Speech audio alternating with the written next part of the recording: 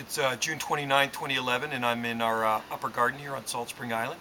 It's a very warm afternoon, about 20 degrees Celsius here in the shade, and high humidity today, and usually we don't get a lot of high humidity here on Salt Spring Island. But what I'm standing beside here, or sitting beside, are Musabaju bananas, or Japanese fiber bananas is the common name.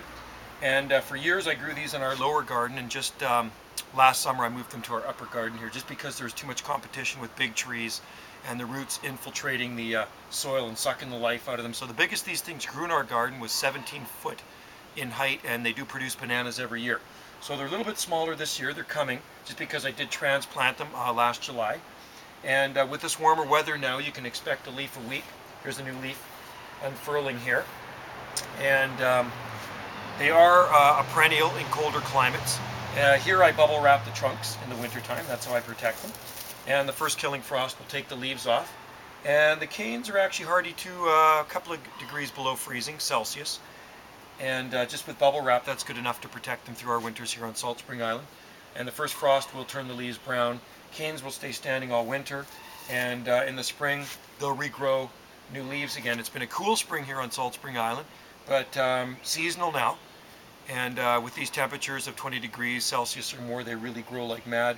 They have deep, rich soil. I water them daily. I fertilize them every couple of weeks with fish fertilizer. I also use Miracle-Gro combination, and top dressing with well-rotted compost manure.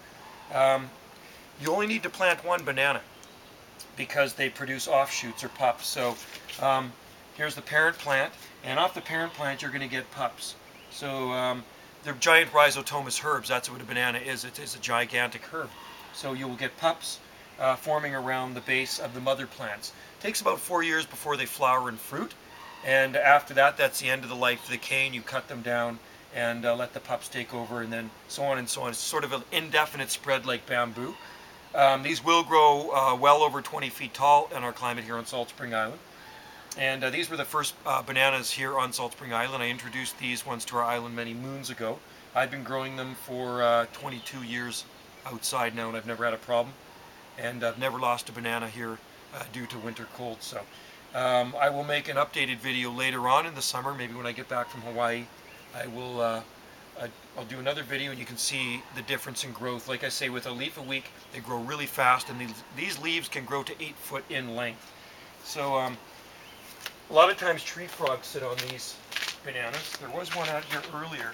Just because the leaves collect condensation and it rolls down the midribs of the plant and comes down into the center of it where the new growth is coming out, the new leaves unfurl. But that's where the little tree frogs like to sit and eat gnats and bugs. We don't have a lot of mosquitoes here, so it's usually gnats. I have ginger growing in here too, so this is deep, rich soil, even though I live on a rock. And it took me a long time to dig this hole with a pick, a wrecking bar, and a post hole shovel, and I lined the perimeter of the hole in rocks. So anyway, I'll grab the camera and you can get a closer look at these bananas. I have plastic trays around the bottom to keep the bloody cats out because I use it as a litter box. So that's what the bananas look like.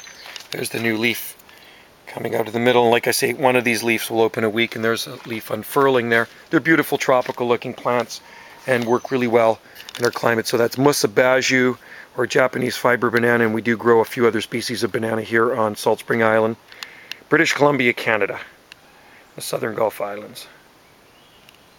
Good banana growing weather right now, and they grow really well with palm trees.